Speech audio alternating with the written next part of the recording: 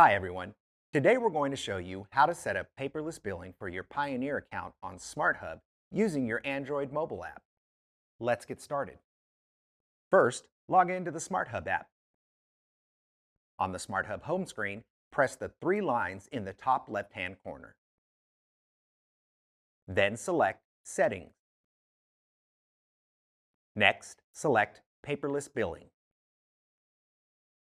Here you will toggle the button to activate paperless billing. You will see a pop-up verifying you would like to stop receiving printed bills and turn on paperless billing.